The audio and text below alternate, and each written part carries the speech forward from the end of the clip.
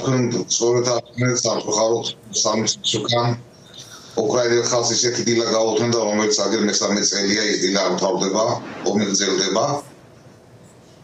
პირველ შეფასებას იმას მივცემდი, რომ რამდენიმე დღის უკან გაკეთებული განცხადებები, იგივე ტრამპის ადმინისტრაციისგან, პრეზიდენტის ტრამპის ადმინისტრაციისგან გაკეთებული განცხადებებმა ზუსტად ის მომენტი შექმნა, როცა ზელენსკის მაგალითად რეიტინგი მოემატა და მებრძოლებში კიდევ ბრძოლის უნარიანობა უფრო გავივიდა, ესე ვიტყოდი მე. ბრძოლის უნარიანობა არ დაკარგულა. სულისკვეთება ის, რომ უკრაინელებმა თავის სამშობლო დაიცვან, არ დაკარგულა, გრძელდება, ბრძოლა გრძელდება და ამას დარწმუნებული ვარ, რომ უკრაინელი ხალხი არ გაჩერდება, სანამ თავიანთ სამშობლოს არ გაანადგურებენ რუსეთის ოკუპანტებისგან. ბატონო, უკრაინელი ხალხი, მისი პოლიტიკური ხელმძღვანელობა, უკრაინის არმია წარმოუდგენელ გამძლეობას იჩენს, მიაღწია ბევრს, მათ შორის პირველ რიგში იმას, რომ შეაჩერა, არ იყო მართლა ხელწამოსაკრავად სათქმელი, ეს მართლა ასე იყო და დღევანდელი რესურსების გათვალისწინებით მსოფლიოს ერთ-ერთი ყველაზე ძლიერი და დიდი რესურსების მქონე სამხედრო ძალა. თუმცა ის მარტო ამას ვერ გააკეთებდა და გაუჭირდება მარტო ამასთან გამკლავება. ნიშნულოვანია ვიცოდეთ თქვენი როგორც მოქმედის სამხედროს განწყობა, თქვენი მეგობრების, თანამებრძოლების, უკრაინელი მებრძოლების იმ პოლიტიკური განვითარების კვალობაზე, რომელსაც აქვს ადგილი, განსაკუთრებით ვაშინგტონის ახალი ადმინისტრაციის განცხადებების და მიდგომების გათვალისწინებით. რა შეცვალა ამან უკრაინელების სამხედრო განწყობაში, საბრძოლო განწყობაში? ბატონო გიორგი, ესეთ შედარებას გავაკეთებდი, როცა 3 წლის უკან კიევს უტევდნენ შიშველი ხელებით, ჩვენ მოვიგერიეთ კიევის მიმართულებით შეტევა რაც იყო შიშველი ხელებით ვიმეორებ 56,000 რუსი ოკუპანტის შეტევა მოვიგერიეთ ჩვენ მაშინ. მაშინ როცა არ გავახსნა არაფერი. აი მაგ შეტევის მე როცა ირპენი გავანთავისუფლეთ, როცა ბუჩა გავანთავისუფლეთ, გოსტომელი და ასე შემდეგ და ასე ვთქვათ გავრეკეთ ისე ბელარუსიაში რუსი ოკუპანტები. მაგის მერე წამოვიდა დახმარება.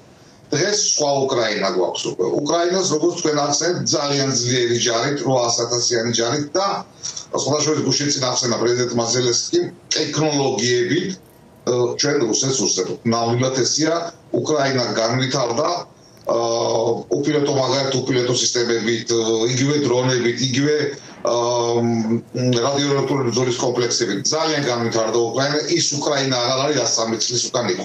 რა თქმა უნდა, იმასაც გეთანხმებით, რომ ეს არ მოხდებოდა უკრაინის ძალები, თუ არ დაეხმარებოდა დასავლეთი, თუ არ დაეხმარებოდა ამერიკა.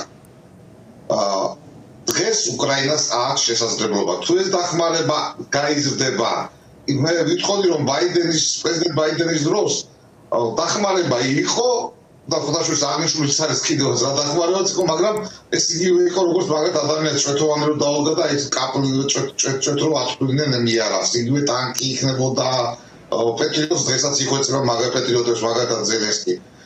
თუ მასიური გამიიღება გადაწყვეტილება, რამშტაინი ვერ იღებდა იმ გადაწყვეტილებებს და იმიარავს ვერ აწვდიდა სამწუხაროდ რაც უკრაინაში ხდებოდა. დღეს თუ ევროპა მართლაც შეიკრება და გამოფხიზდება ტრამპის განცხადებების მერე და იმ იარაღს რაც დღეს უკრაინას ჩნდება მასიურად მიაწვის, ცოცხალი ძალა საკმარისად აქვს უკრაინას, რომ არამთუ დაიცვას თავის ტერიტორია გაანთავისუფლოს კიდევაც. მაგალითად ხალხად ადამიანები უყურებენ ხოლმე ამ deep state-ის რუკას უყურებენ და ალბათ ფიქრობენ, რომ აი სოფელი აიგეს რუსებმა, ის სოფელი აიგეს, მაგრამ მოდი აბა ეს მასშტაბებში გავაზრდოთ იმ deep state-ის რუკა. წელიწადის განმავლობაში რუსებმა 40 კილომეტრის ვერ წაიწიეს წინ. პაკროვსკან აჩერეთმეს ვერ კი ბატონო ნახტომი გააკეთეს პაკროვსკის მიმართულებით, მაგრამ გაჩერდნენ და წინ მიდიან ვეღარც უკან. და რა ქნეს რუსებმა დაკარგეს 100,000-მდე ჯარისკაცი. დაკარგეს უამრავი ტექნიკა. დღეს კიდევ მეორე აქვს უკრაინას შესაძლებლობა თუ იქნება ის ჭურვების რა მარაგის ამ რაც ჭირდება.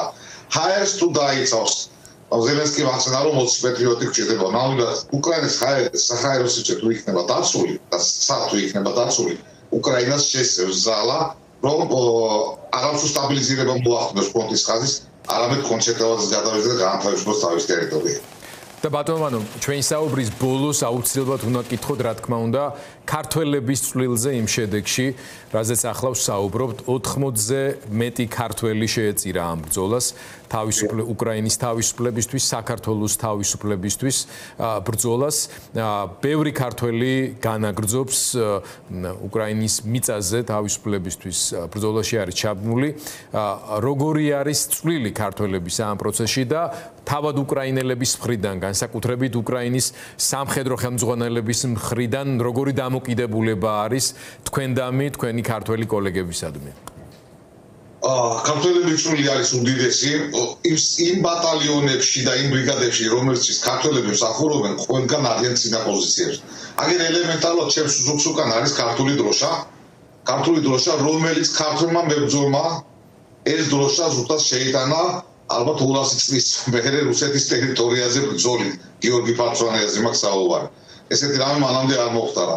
პირველი ჯგუფი, რომელიც შევიდა ელემენტარულად კურსის ოლქში, ქართველი მებრძოლი მეთაურობდა იმ სადაზვერვო ჯგუფს და ეს დროშა რომელიც შეიტანა.